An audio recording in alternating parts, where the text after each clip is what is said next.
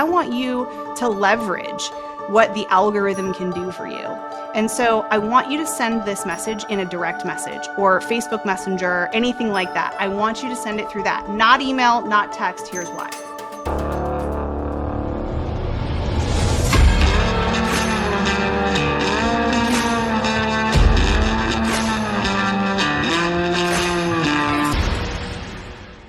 All right, you guys, welcome back to another episode of Light It Up Podcast. We are super excited to have with us today Chelsea Peitz. Chelsea is a real estate veteran and a marketing pro. She had a successful career as a realtor for over a decade and has now transitioned into marketing, social media, and real estate coaching. Chelsea is a coach, an author, and a speaker dedicated to helping people build an irresistible personal brand on social media. Chelsea, thank you so much for being here. We're super excited to spend some time with you today. I'm super excited to be here. That was super sweet.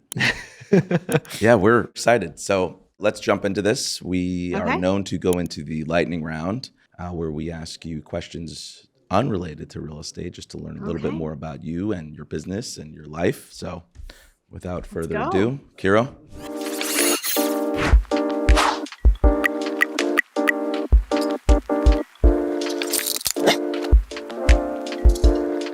All right. What's a skill that you learned when you were young that you still use today?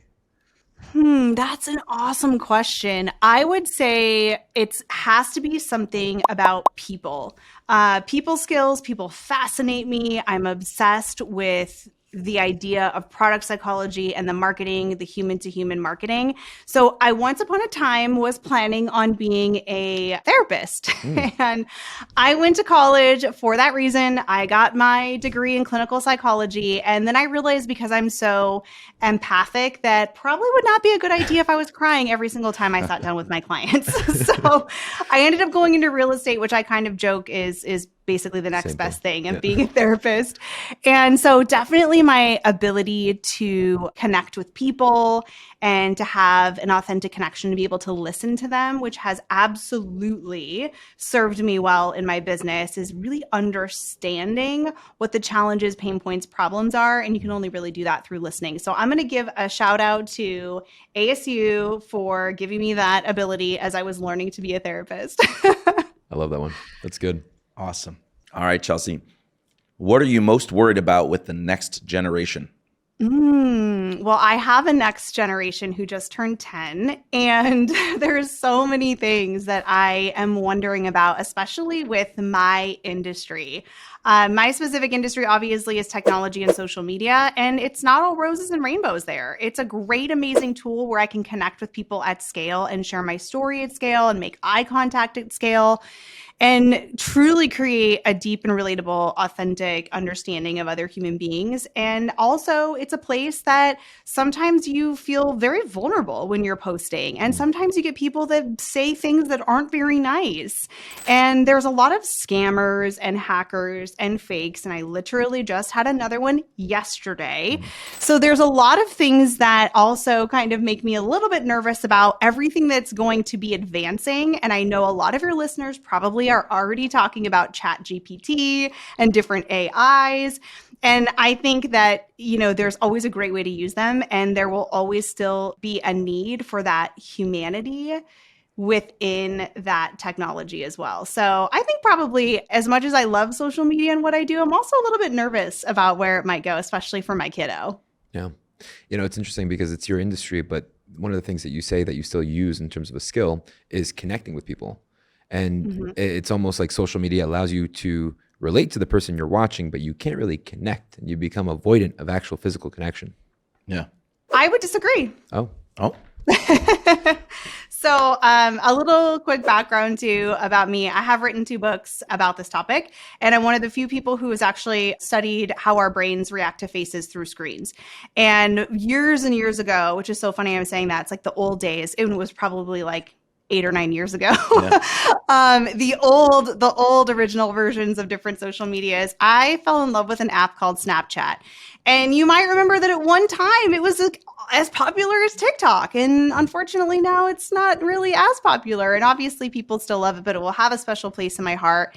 And we forget that Now it seems so commonplace to have live video and Zoom video and stories and Reels and TikTok, but that didn't exist. You had basically one type of video, and it was recorded video that most people were putting on YouTube. And there was no app that didn't have a feed.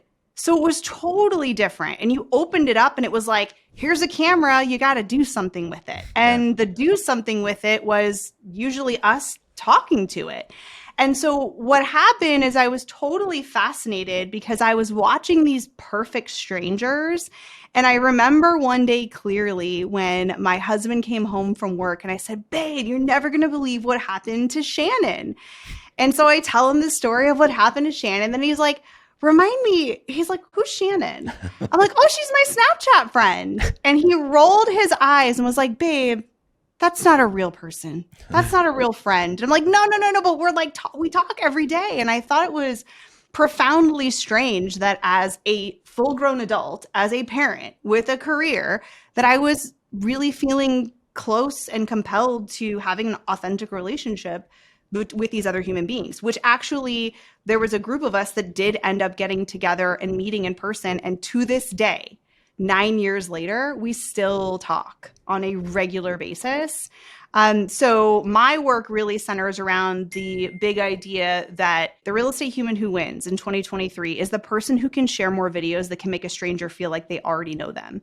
And your connection point, your conversion rate is directly tied to how well your content shows people who you really are. And that was a hard sell before the pandemic. Let me tell you, I took a lot of stages where a lot of people were like, okay, wait. So you want me to do video because you think I can actually be more human through tech? And I was like, yes. And let me tell you why. And then we all got forced onto this thing. And it's not as good, right? We want to be there with people.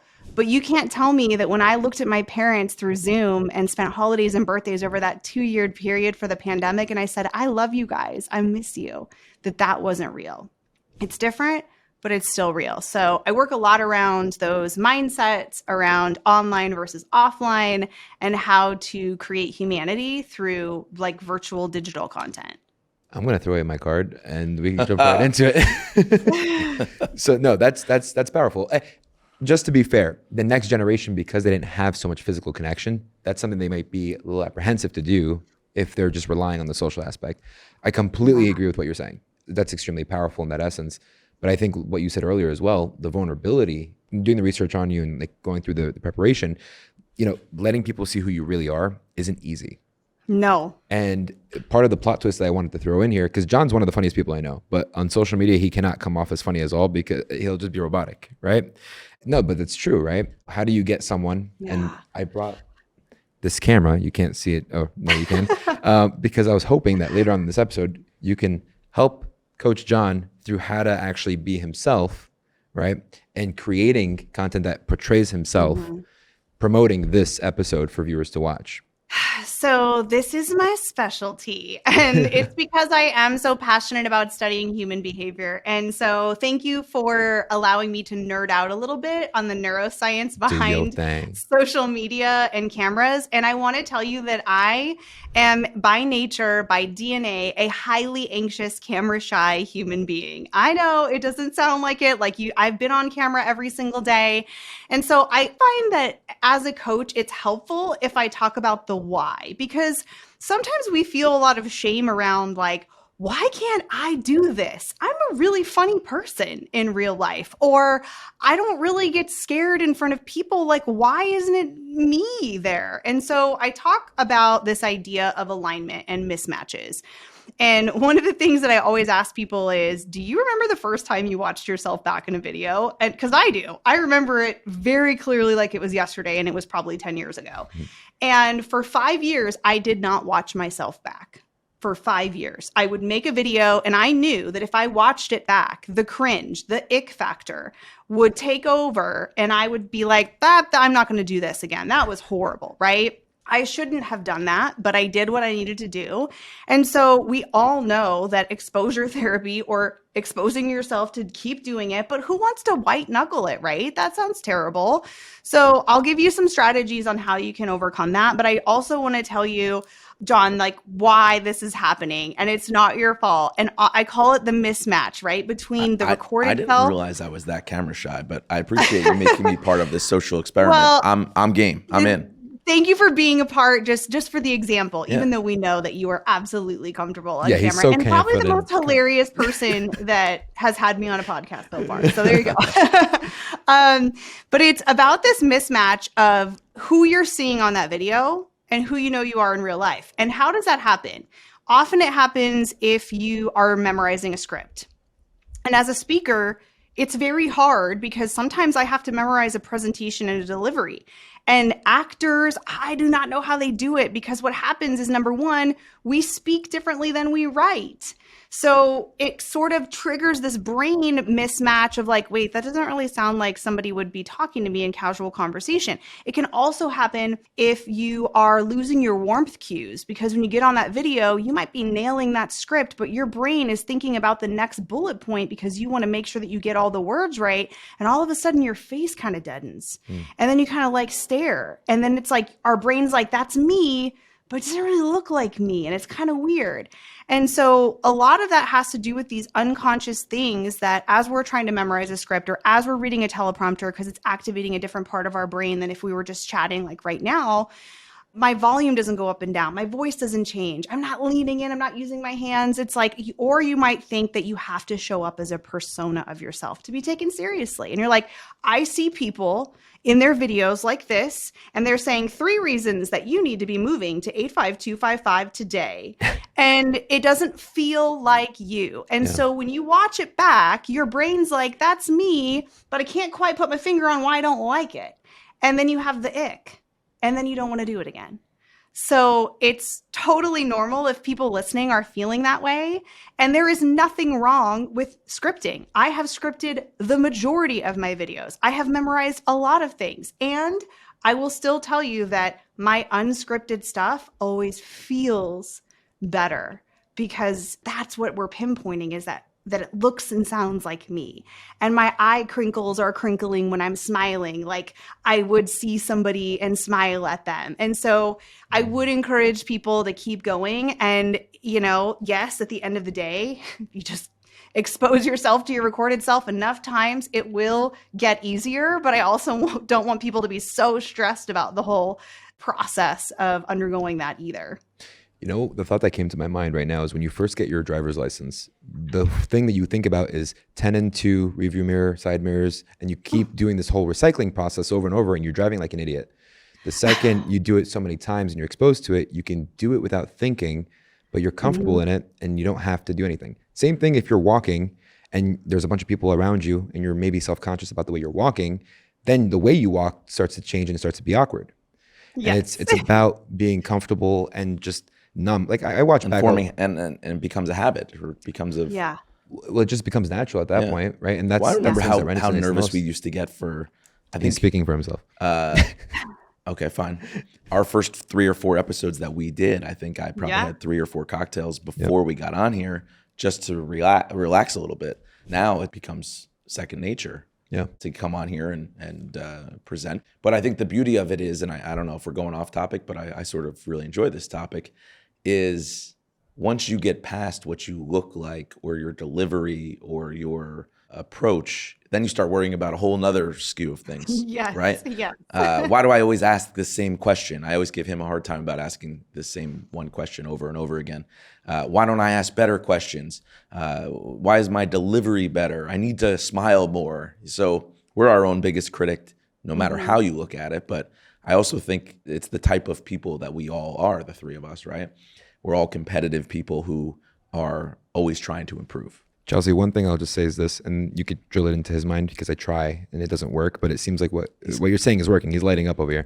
So John has the power of storytelling, but he thinks he needs to do everything else in there. So can you break through to this mofo? Oh, storytelling is what a gift. First of all, what a gift if you have a natural ability to identify stories all around you and be able to tell them, because we often get caught up in content. And I know this because I've lost count now of how many tens of thousands of people I've like encountered and coached in the last few years.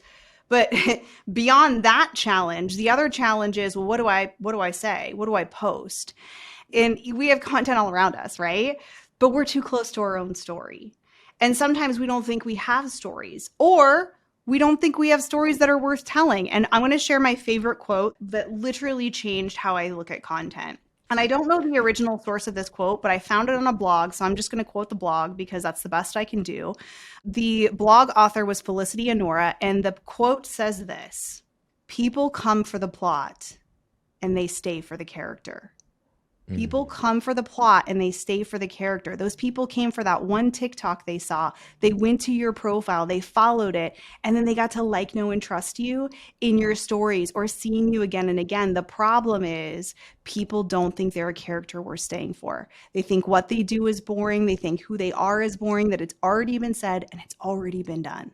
And so the exercise of pulling those stories out, which I'm happy to kind of go into, is hard. And I get paid to tell stories on stage, and I got to work at it.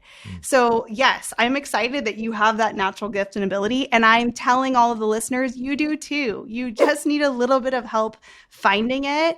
And a story doesn't have to be like, oh my gosh, this one time I raced into a burning building. That's a great story. But it could also be like, oh my gosh, you're never going to believe what just happened. I went to take my dog outside, and then, so storytelling is massively important. And if you would like some science behind it, which you haven't asked for, but of course I'm going to give it anyway, storytelling is the fastest way. The two fastest ways to accelerate trust in relationships: show your face, because our brains can't tell the difference that it's on a screen, and tell a story. Why? Because when you tell a story and someone else is listening to that story, your brain is literally in sync, firing in the same way. And I'm filling in. If John's telling me a story about last week, I'm filling in the blanks because I'm not there. I'm imagining in my head. So you're activating this brain area. And if it's got any kind of emotion, it's funny, it's embarrassing, oh my gosh, I can't believe that happened to you. If it's relatable and you're like, oh my gosh, I do that too, then we immediately have this like shared experience. We don't know we're having it, but we start to feel like I'm part of your story. And instead of just your story, it's now our story because I was a part of it and I imagined it in my head. And because we had this like neural activity sync, I will generally probably like you better after the story. Yeah. There's so much power in what you just said, because there's a neuro-linguistic programming, or NLP, right? Where essentially when you storytell, the person visualizes themselves in your shoes. Yes. And they naturally feel connected. And now their story, they've experienced it. Mm-hmm. So now there's an automatic connection there. So they say whenever you go to a hypnotist, you'll always hear they'll start with a story. They'll storytell, and there'll be embedded commands, because the 4 levels of your brain, the one that's the most defensive and the one that's like judging you, gets automatically put down when you're storytelling. Because what's so harmless about a story? The same reason you'll cry when you watch Game of Thrones, because you grow so attached to the story and to the character that you'll actually cry and probably not eat for a week or two when the character dies. You said another thing there that I think is super powerful: the science of screen to screen. So you're saying that somebody watching over a screen, they can't tell the difference if it's in person or just over a screen. Yeah, because the brain has these 2 areas in it that are just dedicated to facial recognition. And I'm going to give you a more modern day example that now everybody gets, because before people didn't get this. Before 2020, they were like, okay, not a great example, but this is so good now because now we've all experienced it. So eye contact is so powerful that if I or you or somebody makes eye contact with a stranger, sometimes you look away because it's very intimate. And the same thing happens when I have eye contact with someone. We don't know what's happening, but oxytocin and dopamine happen. And the longer we look at each other eye to eye, the more it happens. And then when you have that go on, you could literally have hormone levels in your body change. There's some incredible books written by Vanessa Van Edwards that I absolutely absolutely love that that's, she has got tons of studies in it. So highly recommend that. But so this eye contact is really, really important, and faces to go with it, because that's how we understand people and relate to them. Like, maybe your significant other comes home and it's not a good day, and you can already tell. They haven't even said a word and you're like, oh boy, this is going to be a night, right? Because you have these little tiny clues that right? Because you're decoding people and you're connecting with them. So here's the example. When you're on Zoom and you're having a meeting, or maybe like the other day when I presented to 700 people and there's 2 people's cameras on, or maybe none. And I have to actually present like I'm on a stage with people that are giving me feedback. Wow. First of all, I have no energy by the end of the day because I am over emoting to appear human through a screen. And it's awful when there's no screens on, because I don't have any human connection. Yeah. And so, yes, it matters. It's another human being on the other side of the screen. So maybe if it's one thing you take away from this podcast is turn your camera on when you're on Zoom. It's another human being, or Teams, or whatever it is, as long as you're not driving. So yes, your brain is innately wired to look at faces, to make connections and understand what's happening in that other person, and then we'll literally feel their emotions from that as well. I can actually, not gonna lie, before you even said eye contact, as I was looking at your face, I'm like, she's staring into my soul. Like, I feel like she's right here. She practices what she preaches. 100%. Yeah.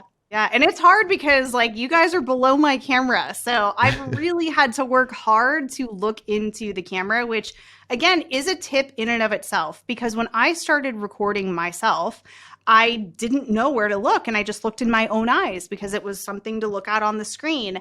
And the importance, and if you just think about the cool factor, how cool is it that in 2023 I can make one video that took me 10, 30 seconds, maybe a minute, and I can put it on the internet. And I can make eye contact with hundreds or thousands or millions of other people when I'm asleep. Yeah. That's wild, right? What a cool ability to be able to have an eye-to-eye contact. And, when people say, well, I want to get more business from it, and what's the ROI, and what are the KPIs and the percentages? And it's difficult because they're people, not metrics, right? And so it's you've got to always look at it from this lens of it's real life. It's just different. So yeah, it's really a powerful way to be able to have somewhat of a human connection. And 9 times out of 10, when I meet somebody who wants to hire me potentially for an event, if they've watched my content, they get on that call and they're like, wow, I feel like I already know you. Yeah. You think they're going to hire me? Yeah. Heck yes. So I love that my content does a lot of that for me. And so when that person sits down and they're like, oh my gosh, I love your dogs, they're so cute. And I'm like, I'm so sorry. Can you tell me your first name? And they're like, oh, we haven't met before. I feel like I already know you. And I'm like, I love that. Yeah. No, that's great. One of the pieces of advice you shared with people to get more comfortable with recording themselves is sending a video to a close friend or a family member. And I was thinking about it, and it's kind of hit me as we were talking about the eye contact thing. When you want to make someone feel special and you're sending them something virtual, you tend to naturally just stare at the camera because you want them, when they look at it, to feel like you're staring at them. Mm-hmm. And as creepy as it is, it just hit me. I was just like, yeah, I do that weird thing where I'm just staring at this little hole and I'm like, you feel special. You feel special. Yeah. But when you're thinking about yourself, that comes down to what you said in the beginning, the intention and your why. Are you doing it for you, or are you doing it for the viewers? So if we had to coach John through this, how do we do this? Well, I think, if you were to coach agents, real estate agents, of course, right? That tends to be the majority of our audience on how to do this or how to start doing this. What are maybe some of the 3 or 4 action steps? I consider myself sort of a unicorn coach in the sense that there's no templates, no scripts, there's guidelines, frameworks, and lots of questions, because what works for one person isn't going to work for all. And I can't tell you how many events, conferences, webinars, classes I went to where I felt like, wait a minute, I can't do that. Like, I can't post 5 times a day and do this and do that. And that's just not going to work for me. And I felt like there was something wrong with me because I wasn't able to get on board with the thing that was working for someone else. So I do want to let people know, confession time, as a full-time content creator and coach, guess what? I don't batch create any content. Oh, shocking, right? I can't. I have tried. I have it in my calendar every single week, and I have tried for years, and my brain just doesn't work that way. So I have to honor how my brain works and try to optimize it as much as possible. All of that to say that I want people to have a sustainable plan that's long-term, that's not going to burn you out, that is not going to impact your mental health. And I know that you probably don't have someone following you around in a video editing team because, hey, we sell houses, right? Mm-hmm. So with that in mind, I have, kind of like a 3-layer step. And you mentioned it, I call it the one-to-one video.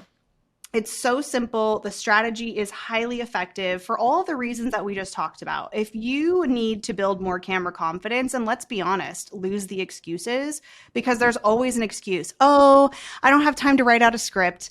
Oh, no, I don't have time to go into Canva and make a carousel post. I don't have my lighting. My microphone's not here yet. I don't have a good background. I just have my couch. Ugh. So we need to eliminate those excuses. And we also need you to show up more as your real self, because you're not going to be comfortable if you're not. And if you're not comfortable, you can't be confident. If you're not confident, you're not going to be perceived as competent. So you got to just pull out your phone. And I want you to just record a very short, unscripted video. And I call it like the visual Hallmark card. When you go into a Hallmark store, they have a birthday section, a thank you section, a thinking of you section, you just got a new house section, right? Anything that is a nice human thing to say, right? So let's pretend it's your 55th episode. Yay, I'm so excited. So I'm going to pull out my phone and I'm going to record a quick video, and I'm going to be like, you guys, I am so proud of you. Wow, 55 episodes. Awesome. I wish I could give you a virtual high five right now. Great job. That's it. That probably took me less than 10 seconds to say, right? So here's what happens. I didn't say, oh, and by the way, I'm always available if you need a referral, because then it turns into this is about you and me, but I just want to make it about you. I want them to have a really them-focused experience with your brand, which is really hard to do in these times. So I'm going to say something nice. I'm going to send it to you. The key here is I want it to be someone you know. And people are like, okay, but I kind of know that person. No. This is someone if you ran into them at Target. You wouldn't be like, hey, you. You'd be like, hey, John, it's great to see you. How are the kids?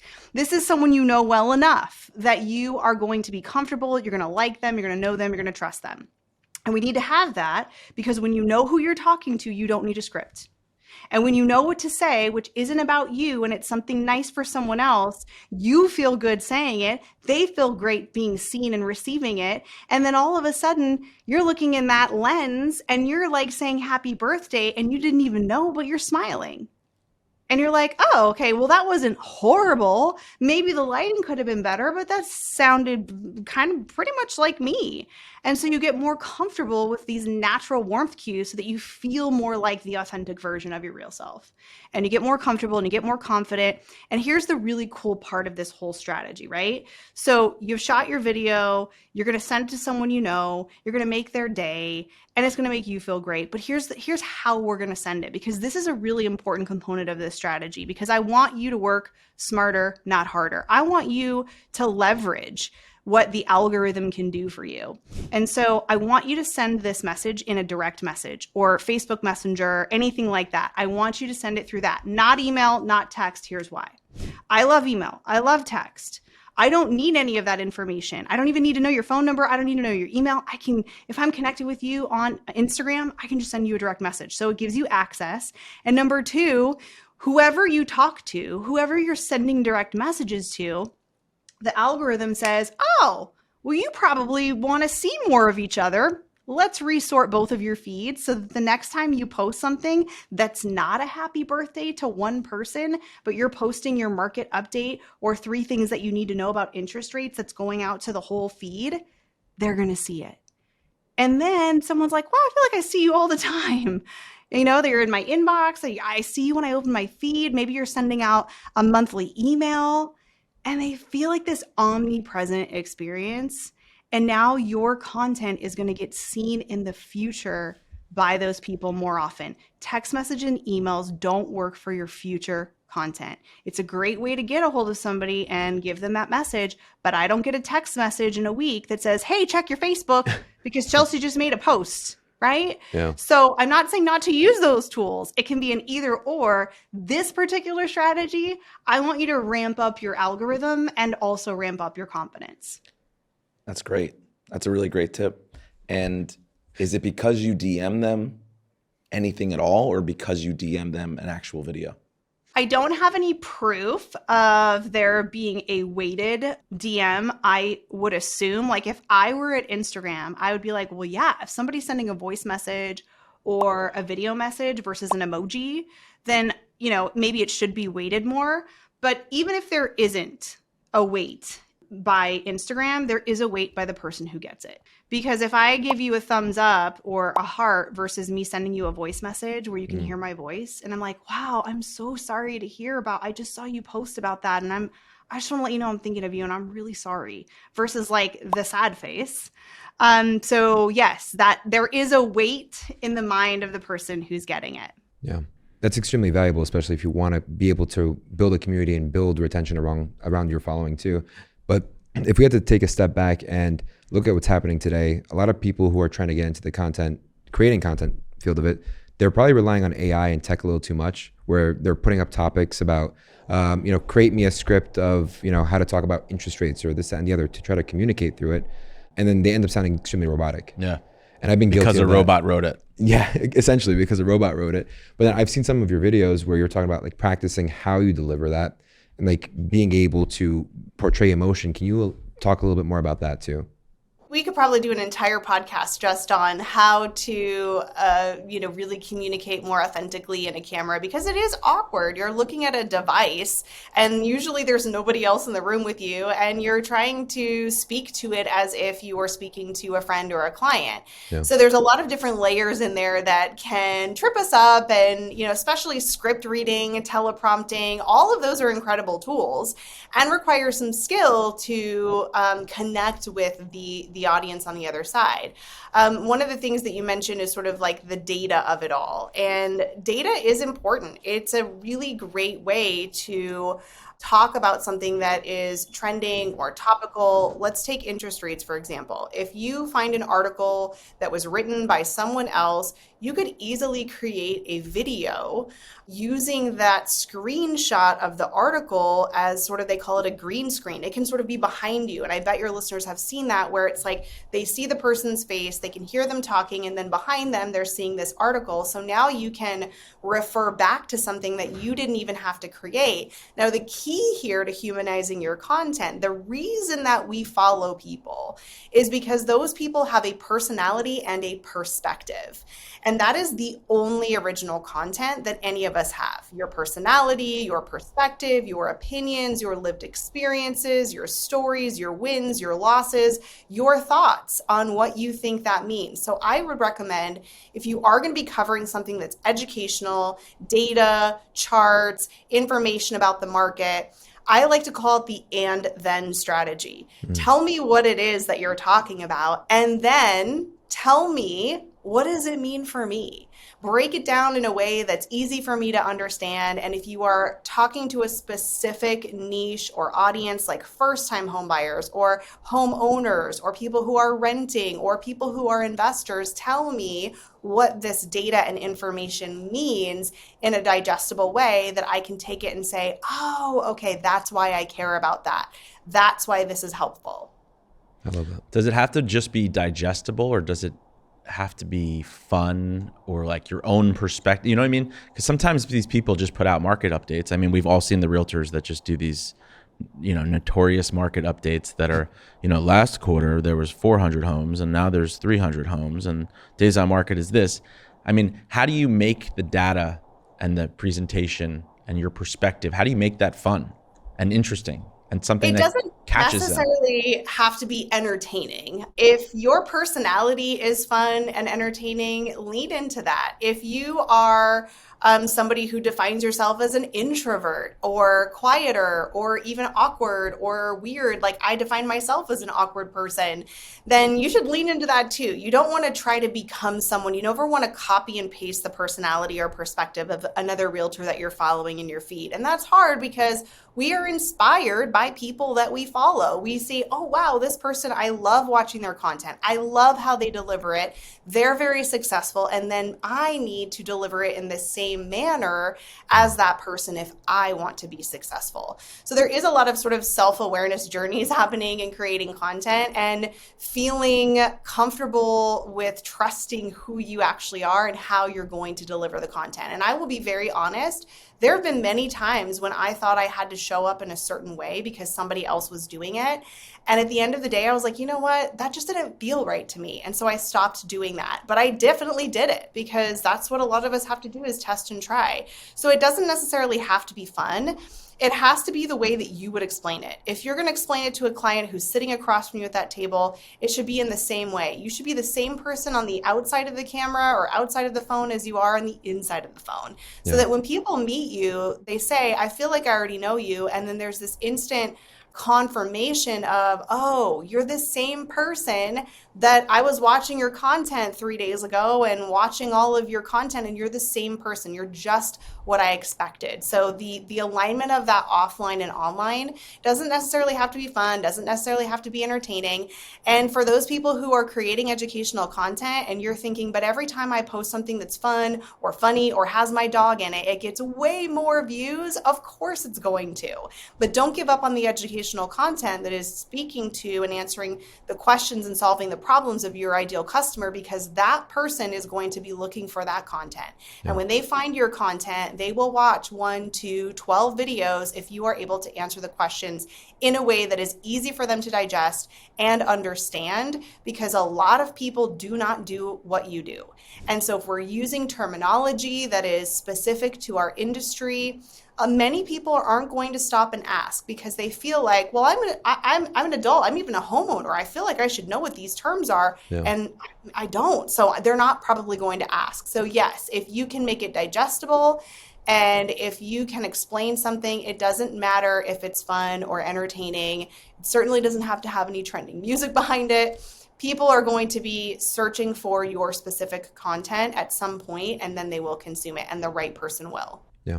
One thing that you said also earlier is the and then part, right? And the way that you communicate one-to-one and you do one-to-many is the same thing.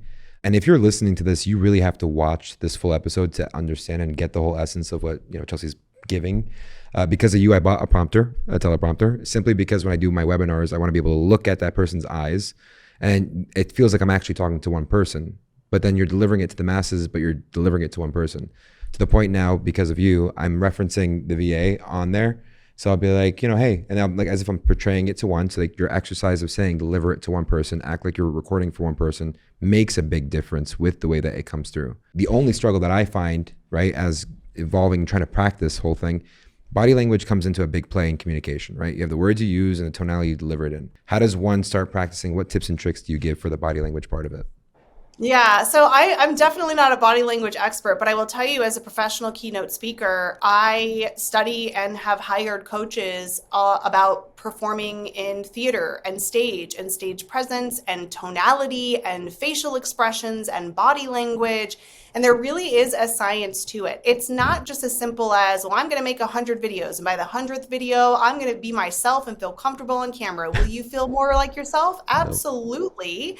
However, I did hundreds of videos and I still had to focus on learning, knowing my tone, my volume. The louder that I spoke, the more authority and expertise it communicates. If I pause and allow people to consume and process the information, when I'm literally on a stage or maybe just even on a video, I forget about my hands because I'm thinking, here's the camera, I'm sitting here, I need to deliver this information. And oftentimes if you're scripting, you're thinking about bullet point number 3 body and your mouth is on the intro and your facial warmth cues go away and you're not moving your hands. And then you watch that back and you're like, oh, that's me, but it doesn't really align with the real me. Yeah. So yes, that is a whole nother layer. And I wouldn't worry about that at first. It really just needs to be creating the habit, creating the habit of being on video, starting with the idea of talking to one person.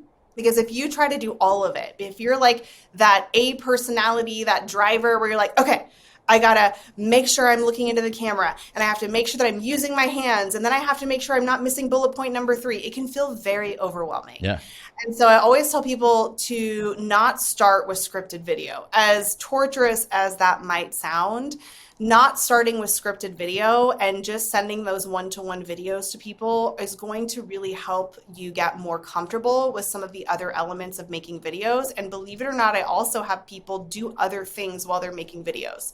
I will say, go for a walk, literally walk and record a video, because your brain isn't so focused on just the camera, just the words. Yeah. And so there's little tips and tricks like that. But yes, there's a whole element to the nonverbal communication that is happening in your content, in your video. And if you think about it, that's why we use emojis. That's why when we're typing things out, we use emojis. In fact, I feel really rude if I'm not using an emoji. And people are like, are you mad? I'm like, no, I just didn't put the smiley face emoji. Sorry. So there's a whole element of that in there. And so if there are any folks out there who are listening and feeling more comfortable on video, that would be the next step that I would absolutely recommend, is researching how to leverage different tonalities and pauses and body language and smiling and eye contact and practicing that. And it is a practice because we are not used to that. Yeah. And a lot of us think that we have to show up in a certain way when we're being filmed so that we can create a, quote, professional looking, authority building video. Yeah. No, you hit it right on the head. And for people who are listening to this that are prospecting based or sales focused in a lot of aspects, it is essentially a muscle and a skill that you develop over time. And definitely the way that you execute in terms of understanding the words that you need to say, the tonality you deliver in, and the body language that you actually like involve with it. The words are 7%, the tonality is less than 40%, and the body language is the biggest makeup of the whole thing. So if people are focusing on only the 7%, that's why they're not getting the reaction they want. And and with that being said too, even just over the phone, when you're making calls to clients and stuff, your body language comes through even on the phone. Yeah. It's wild. I was giving the example today when someone's like, oh yeah, we're going to hold off. I'm like, are you sure you don't want to stop the bleeding? And I'm like holding my wrist and leaning forward. And like, you can almost hear there's conviction in that as well when you're doing that. But then in video, it's like, do you sure you want to stop? Like, I don't know, I did an accent too. But no, this has been great. Chelsea, thank you so much for your time today. We really, really appreciate it. Yeah, thanks so much for having me on. It was really fun and I love talking about this. So I really appreciate it. Very grateful. Thank you so much. Thank you. And what's the best way for someone to reach out if they want to connect and collaborate with you? Best way is to find me on Instagram, or you can go to my website. Both of them are my first and last name, Chelsea Peitz, and you can send me a direct message. Let me know you came from the show. I'd love to say hello to the listeners. And if you have any questions that came up from today, shoot me a DM. You can go to my website. There's a whole bunch of free resources there as well. Great. Awesome. Thank you so much. Thank you.